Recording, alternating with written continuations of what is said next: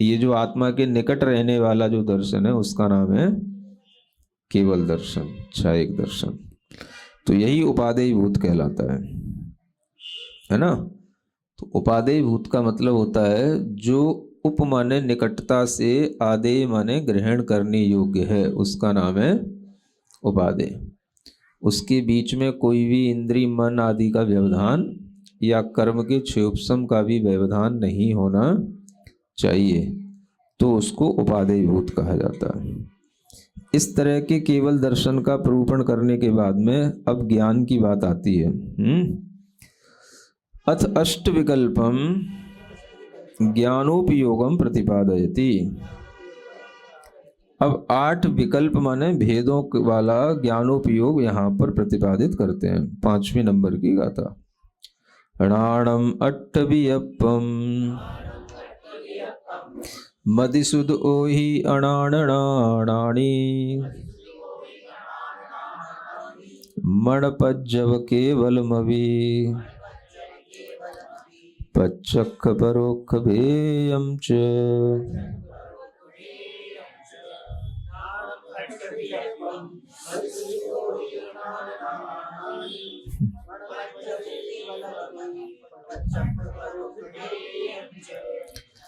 अब देखो ये ज्ञानोपयोग है ना।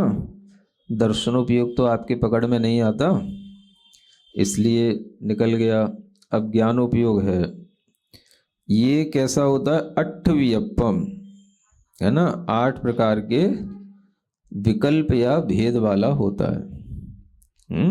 णाणम अट्ठवियप्पम, 8 प्रकार के विकल्प या भेद वाला आता है। इसका एक दूसरा अर्थ हम इस तरह से भी निकालते हैं कि ज्ञान अट्ठ माने होता है अर्थ, है ना। अट्ठ माने अर्थ भी होता है, अर्थ माने पदार्थ। तो जो पदार्थ के विकल्प को ग्रहण करे वो ज्ञान कहलाता है ना। दर्शन तो निर्विकल्प होता है और ज्ञान विकल्प सहित होता है। तो जो पदार्थों के आकार प्रकार रूप रंग को जाने उसका नाम ज्ञान है। तो ये ज्ञान की विशेषता होती है। इसलिए ज्ञान णाणम अट्ठवियप्पम के हम 2 अर्थ भी जान सकते हैं।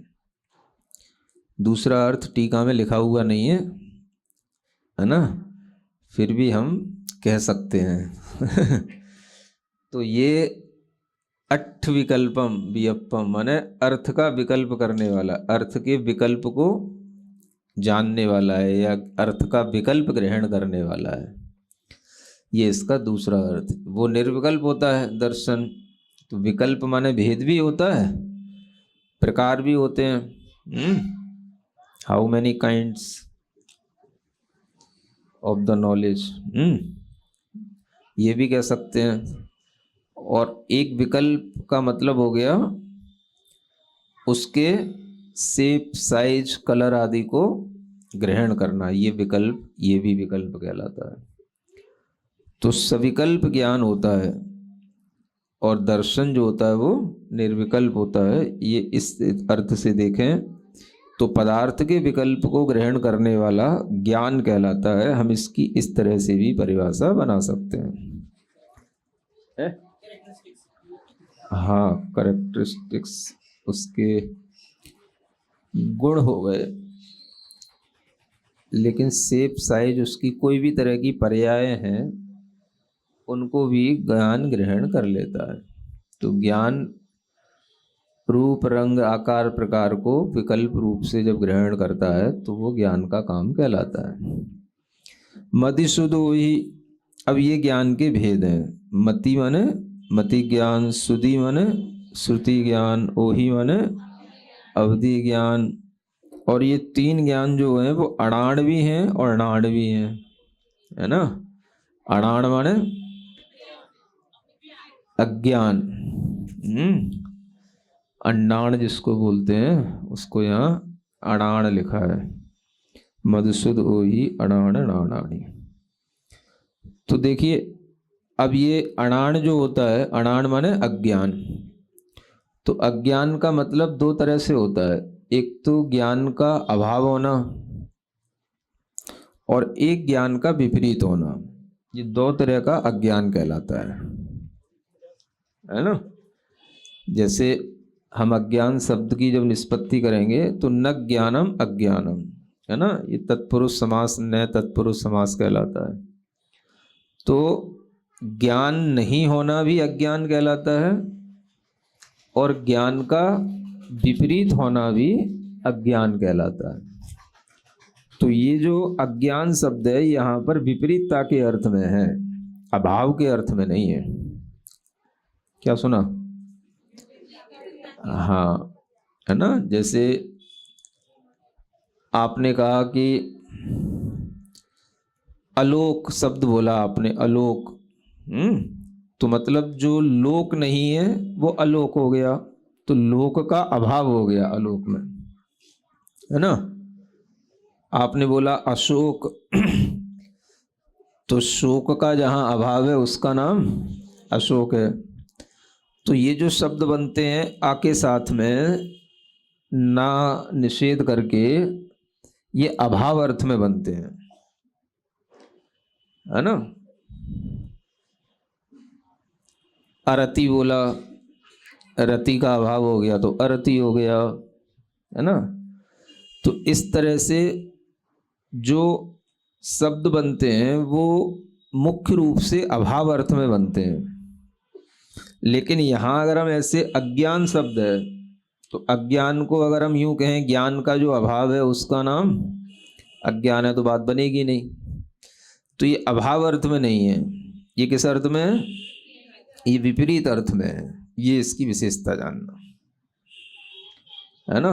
तो आज जो होता है, जो आज से बने हुए शब्द हैं वो दोनों अर्थ में भी चलते हैं, विपरीत अर्थ में भी और अभाव अर्थ में भी। तो दोनों अर्थ अलग अलग होते हैं। तो अज्ञान शब्द जो है वो अभाव अर्थ में नहीं है, विपरीत अर्थ में है। जो ज्ञान तो है लेकिन मिथ्यात्व के कारण से वो ज्ञान अज्ञान कहलाता है, मिथ्यात्व के कारण से। समझ आया?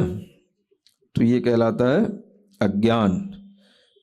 और मद शुद्ध वही, ये अज्ञान भी हैं और ये ज्ञान भी हैं। जब मिथ्यात्व के साथ हो गए तो ये अज्ञान हो गए और मिथ्यात्व के बिना हुए तो ये ज्ञान हो गए। ठीक है। मणपज्जव माने मने पर ज्ञान, केवल माने केवल ज्ञान, अभी माने भी, पच्छक और परोक्ष यानी प्रत्यक्ष और परोक्ष के भेद से इनको जानना चाहिए। इस तरह से 8 विकल्प हो जाते हैं। 5 ज्ञानों में से 3 ज्ञान और 3 ही अज्ञान, ये 6 हो गए। और बाकी के मन पर्याय और केवल ज्ञान 2 मिला करके 8 हो गए। ऐसा। अब इसकी टीका पढ़ते हैं। नाणम अट्ठवियप्पम ज्ञानम अष्ट विकल्पम भवति, मदिशुद्ध ओहि अणान नाणानि, अत्र अष्ट विकल्प मध्ये मति श्रुतावदयो मिथ्यात्वदयवशात् विपरीत अभिनिवेश रूपाणि अज्ञानानि भवन्ति। ये कहते हैं कि इन मतिश्रुत अवधि ज्ञान में जो ये मिथ्या ज्ञान हो जाते हैं वो मिथ्यात्व के उदय के कारण से हो जाते हैं। तो मिथ्यात्व के उदय के कारण से जो विपरीत अभिनिवेश रूप हो गया, विपरीत जिसमें अभिप्राय उत्पन्न हो जाता है, वो अज्ञान हो जाते हैं। तानि एव शुद्धात्मा आदि तत्व विषय विपरीत अभिनिवेश रहितत्वेन सम्यक दृष्टि जीवस्य सम्यक ज्ञानानि भवन्ति। अब वही जो अज्ञान है वही सम्यक ज्ञान के रूप में परिणत हो जाते हैं। इसलिए तानि एव माने वे ही, कब? सम्यक दृष्टि जीव के लिए वो सम्यक ज्ञान हो जाते हैं, क्योंकि सम्यक दृष्टि जीव को विपरीत अभिनिवेश नहीं होता है। विपरीत अभिनिवेश माने अभिप्राय, धारणा, पदार्थ के विषय में उसकी विपरीतता नहीं रहती है, वो हर पदार्थ को सही रूप में जानता है। इसलिए विपरीत अभिनिवेश से रहित हो जाने के कारण से उस सम्यक दृष्टि जीव के वह ज्ञान सम्यक ज्ञान हो जाते हैं। और मुख्य रूप से विपरीत अभिनिवेश किसमें नहीं होना चाहिए? शुद्ध आत्मा आदि तत्व के विषय में नहीं होना चाहिए। यानी विपरीत अभिप्राय अपना अगर शुद्ध आत्म तत्व आदि के विषय में बना रहता है तो वह विपरीत अभिनिवेशी अज्ञान कहलाता है ना। किसके विषय में? तत्व के विषय में। तो तत्व जो है मुख्य रूप से शुद्ध आत्मा भी एक तत्व है। तो अब आपको शुद्ध आत्मा के विषय में विपरीत अभिप्राय नहीं होना चाहिए। विपरीत अभिप्राय का मतलब कि आत्मा एकांत से शुद्ध ही है या आत्मा एकांत से अशुद्ध ही है, इस तरह का अभिप्राय तो विपरीत अभिप्राय कहलाएगा, है ना। आत्मा कथनचित शुद्ध है और आत्मा कथनचित अशुद्ध है, ऐसा मानेंगे तो वह सम्यक अभिप्राय कहलाएगा। तो इसलिए यहाँ पर कहा गया कि शुद्ध आत्मा आदि जो तत्व हैं उनमें कोई भी विपरीतता नहीं लेकर के जो हम अपना अभिप्राय या धारणा बनाते हैं उसको ही सम्यक ज्ञान के रूप में सम्यक दृष्टि जीव जानता है ना। मणपज्जय केवलम अभी अब कहते हैं मनः पर्यय ज्ञानम केवल ज्ञानम अपि एवं अष्टविधम ज्ञानम भवति। ये इन सबको मिला करके 8 प्रकार के ज्ञान हो जाते हैं। पच्चक्क परोक्ष भेयम च,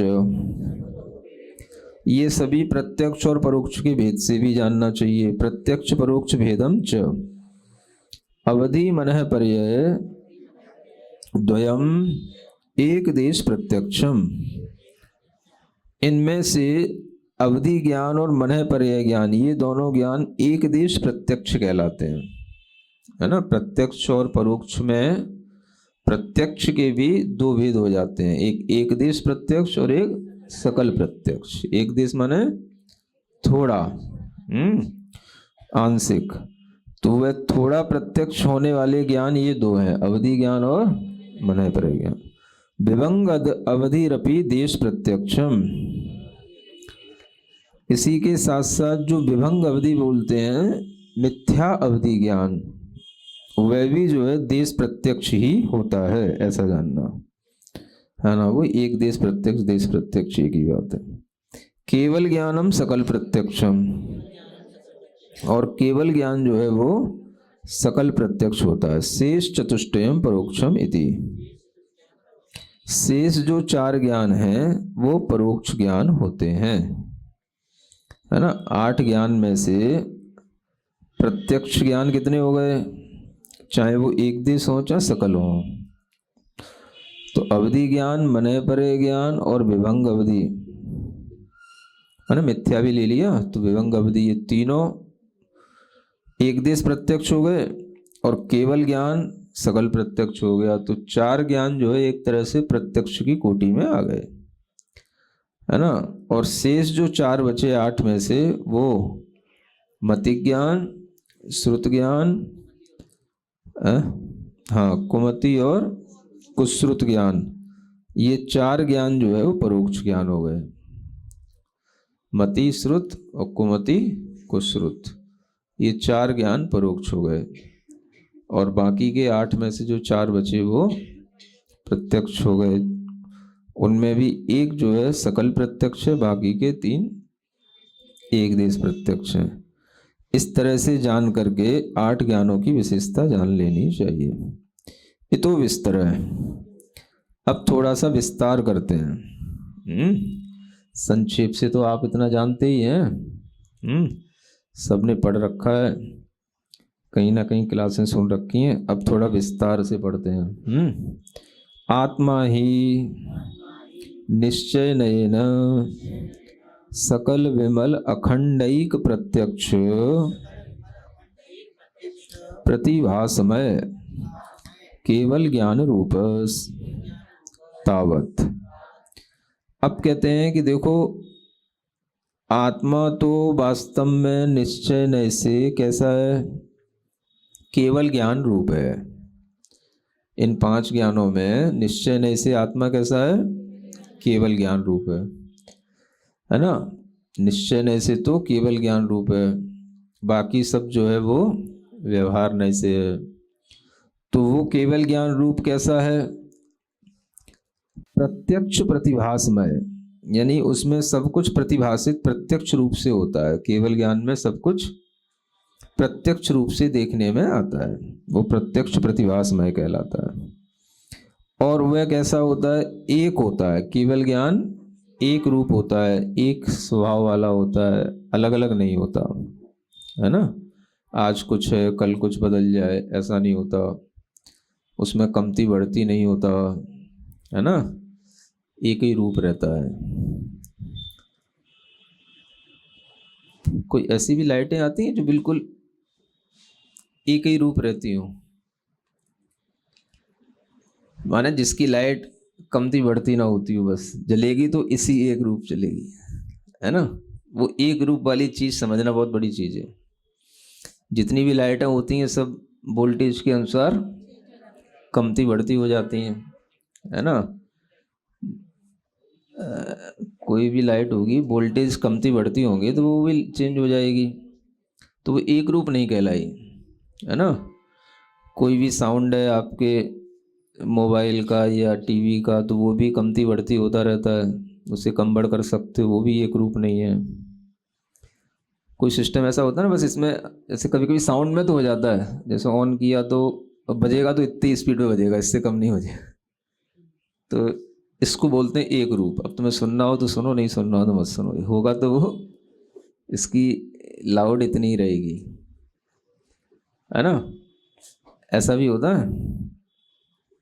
जैसे गाड़ियाँ चलती हैं तो कई कई हाईवे पे विदेशों में तो होता ही है, यहाँ चलेगी तो भाई एक, हाँ स्पीड है तो भाई 100 की है तो 100 की ही होनी चाहिए,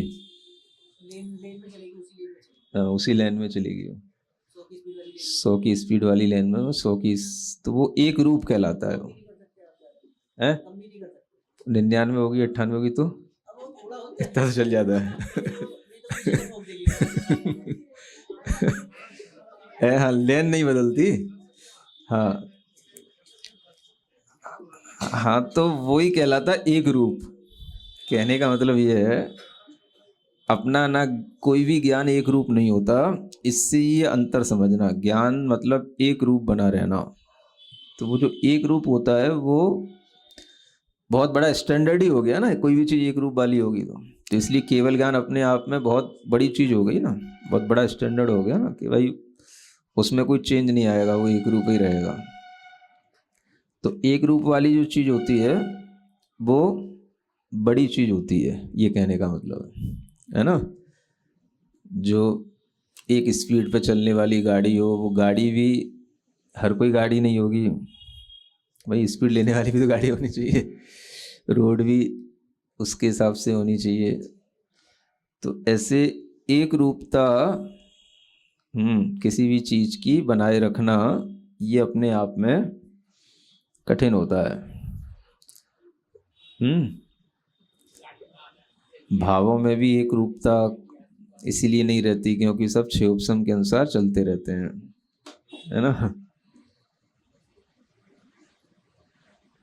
मतलब भोजन रोजाना करते हैं तो भी एक रूपता का आनंद नहीं आता कभी भोजन में, कि मतलब जैसा कल आया था वैसे ही आ जाए भले ही भोजन वही हो, है बनाने वाला खाने वाला सब कुछ वही भी हो, तो भी एक रूप नहीं होता कुछ भी। तो जो एक रूप होता है वो एक अलग भाव में रहने वाला होता है, वो नेक्स्ट लेवल की चीज होती है जो एक रूप होता है। इसलिए अपने सारे ज्ञान बदलते रहते हैं, चेंज होते रहते हैं अलग अलग रूपों में, और केवल ज्ञान जो है वो हमेशा एक रूप होता है। तो इस तरह से केवल ज्ञान की विशेषता है ये, केवल दर्शन की भी और केवल ज्ञान की भी। सकल विमल अखंड रूप होता है, वो सकल होता है, सकल माने कंप्लीट, है ना। और विमल माने बिल्कुल क्लियर, निर्मल। और अखंड माने हाँ जिसके कोई पार्ट नहीं होते, खंडित नहीं होता, वो एक रूप रहता है। ऐसा यह प्रत्यक्ष जो प्रतिभास होता है उसको केवल ज्ञान रूप जानना चाहिए। निश्चय से तो आत्मा इसी रूप है। सच व्यवहारेण अनादि कर्म बंध प्रच्छादित सन मतिज्ञानावरणीय क्षयोपशमात् वीर्यांतराय क्षयोपशमाच्च बहिरंग पंचेन्द्रिय मनोवलंबनाच्च मूर्तामूर्तम वस्तु एक देशेन विकल्पाकारेण परोक्ष रूपेण सामव्यावहारिक प्रत्यक्ष रूपेण वा यज्जानाति तच्छायोपशमिकम मतिज्ञानम। ये क्षयोपशमिक मतिज्ञान की परिभाषा है। अब इतना बड़ा क्षयोपशम होता है, मतलब इतने विकल्प होते हैं, इसलिए इतनी बड़ी परिभाषा बनती है। जो स्टैंडर्ड की चीज होती है उसमें कोई ज्यादा बड़ी परिभाषा नहीं, वो सिर्फ एक होता है, एक रूप होता है, बस बात खत्म, है ना। कर्म के क्षय से होता है, बात खत्म। पूर्ण होता है, बात खत्म। शुद्ध होता है, बस। उसमें ज्यादा कुछ बड़ा नहीं करना पड़ता। बाकी ये सब जो भेद भिन्नताएं हैं उनको संभालने के लिए इतनी बड़ी परिभाषा बनानी पड़ती है। अब वो क्षयोपशम मतिज्ञान है, तो वो जो जानता है यज् जानाति, तो वो कैसे जानता है? अब कोई ज्ञान ऐसा भी है जो सामव्यावहारिक प्रत्यक्ष रूप से जानता है, और कोई ज्ञान ऐसा भी है जो परोक्ष रूप से जानता है ना। हाँ, तो मति ज्ञान जो है वो दो रूपों में है, परोक्ष रूप भी है और सामव्यावहारिक प्रत्यक्ष रूप भी है ना। तो ये परोक्ष रूप भी रहता है क्योंकि ये डायरेक्ट आत्मा से नहीं जानता, तो ये परोक्ष रूप हुआ।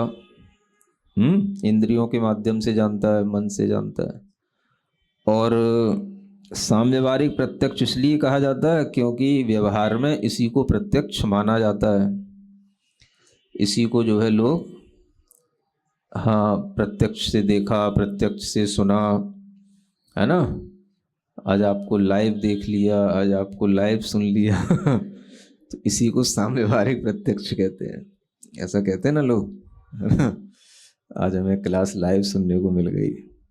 अभी तक तो हम टीवी पे सुनते थे, आज हमें लाइव सुनने को मिल गई तो इसी का नाम हो गया सामव्यावहारिक प्रत्यक्ष, है ना। यही है सामव्यावहारिक प्रत्यक्ष। अब वही मैच आप टीवी पे देखते हो और वही स्टेडियम में देखते हो तो है, तो जो स्टेडियम में देख रहे हो तो आप कहोगे हाँ मैं उसको देख करके आया। तो वो साक्षात दिखता है, आपको ऐसा लगता है, तो उसी को बोलते हैं सामव्यावहारिक प्रत्यक्ष। तो ये दोनों तरह से होता है, परोक्ष रूप भी होता है और सामव्यावहारिक प्रत्यक्ष रूप से भी होता है। लेकिन ये विकल्प के आकारों के माध्यम से होता है, माने वस्तु के एक देश रूप से विकल्प आकारों को यह ग्रहण करता है। कोई भी पदार्थ के विकल्पों को, निर्विकल्प नहीं होता है। और ये मूर्त अमूर्त दोनों तरह के पदार्थों को जानेगा। जो मतिक ज्ञान होता है मूर्त पदार्थों को भी और अमूर्त पदार्थों को भी। कैसे जानेगा? तो बाहर से देखोगे तो पंचेंद्रिय का अवलंबन लेगा या मन का अवलंबन लेगा। पंचेंद्रिय और मन दोनों के आलंबन से ये जानेगा, है ना। बहिरंग में ये है और अंतरंग में क्षयोपशम चाहिए। आत्मा में जो कर्मों का क्षयोपशम होता है, माने मशीन तो भीतर से बनती है ना। तो जो मशीन है उसका नाम है कर्म का क्षयोपशम, है? जो फंक्शन बनता है वो उससे। तो अंदर की मशीन में आपके मति ज्ञानावरण कर्म का क्षयोपशम होना चाहिए और उसके साथ साथ वीर्यांतराय कर्म का भी क्षयोपशम होना चाहिए। ज्ञान के लिए वीर्यांतराय कर्म का क्षयोपशम भी अवश्य बताया जाता है, क्योंकि जानने में ताकत लगती है। आत्मा में अगर ताकत नहीं होगी तो जान नहीं पाएगा, है ना। तो जितना ज्ञान हो उसके साथ साथ आत्मा में शक्ति भी हो, वो शक्ति आती है वीर्यांतराय कर्म के क्षयोपशम से।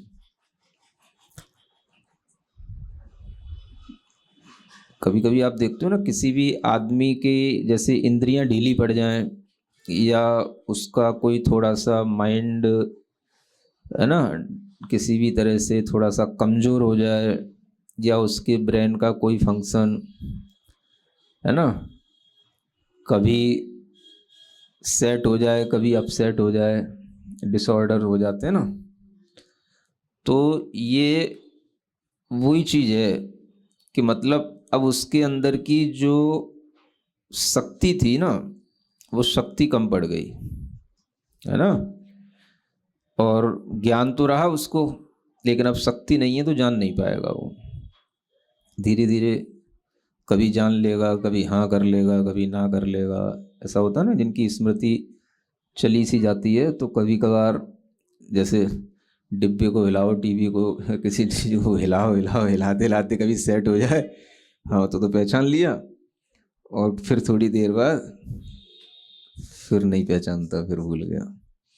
तो ऐसा सिस्टम हो जाता है कई बार।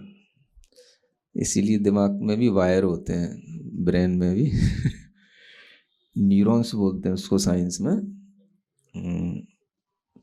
तो है ना, तो वो सब जुड़े रहने चाहिए तब जो है फिट बनता है काम। और वो कहीं भी ढीले हो गए तो, जैसे अपन लोग ऐसे एक मजाक की भाषा में बोलते हैं ना, तेरे स्क्रू ढीले हो गए क्या तो वो मजाक नहीं है, वो देखा जाए तो वो एक्चुअल है वो। हाँ, मतलब जो न्यूरॉन्स का सिस्टम है, या दिमाग के जो आपस में फंक्शनिंग करने वाली जो भी चीज़ें कनेक्टेड रहेंगी तो सही समझेगा। और कोई भी चीज़ जॉइंट ढीले हो गए तो ढीले हो गए तो ढीले ही हो जाते हैं फिर वास्तव में वो। तो इसलिए जैसे कई बार कोई चीज़ खराब हो जाती है तो थोड़ा हिलाओ डुलाओ तो फिर सेट हो जाती है, हैं? हाँ। और जो सही होती है तो वो बस बटन दबाते ही से शुरू हो जाती है। तो ये बात सही भी है, मतलब आत्मा में अगर वीर्यांतराय कर्म का क्षयोपशम नहीं होगा तो आपके पास ज्ञान रहते हुए भी वो काम में नहीं आएगा, है ना। जैसे वायर कभी कभी शॉर्ट हो जाता है, कभी टच हो जाए तो आ गई लाइट, फिर थोड़ा सा ढीला पड़ जाए स्विच, चली जाती लाइट। वो वैसे सिस्टम बन जाता है ज्ञान का, है ना। तो इसलिए ये बहुत अच्छी चीज़ है कि ज्ञान के साथ शक्ति भी आत्मा में काम करती रहती है, तभी हम सही से जान पाते हैं। हाँ, तो ये दोनों तरह के कर्म का क्षयोपशम चाहिए, वीर्यांतराय का भी और ज्ञानावरणी कर्म का भी। तब जो है मति ज्ञान का कार्य होता है। इस तरह से ये मति ज्ञान जो होता है ये व्यवहार से ही कहलाता है, क्योंकि अनादि काल से कर्म बंधों से यह प्रच्छादित हुआ आत्मा मति ज्ञान से इस तरह से कार्य करता है ना। तो मति ज्ञान जो हुआ वो हमारे कर्म बंधों के क्षयोपशम से हुआ। कर्म बंध उसमें बहुत बड़ी चीज है, और बाकी का जो निश्चय से जो ज्ञान है वो तो केवल ज्ञान है। तो वास्तव में तो आत्मा निश्चय से केवल ज्ञान स्वरूप है, लेकिन अनादि काल से कर्म बंध से सहित होने के कारण से वह मति ज्ञान वाला भी है। ऐसा जानना ही सम्यक ज्ञान कहलाता है। इस तरह से मति ज्ञान की परिभाषा हुई, आगे की चीजें बाद में पढ़ेंगे।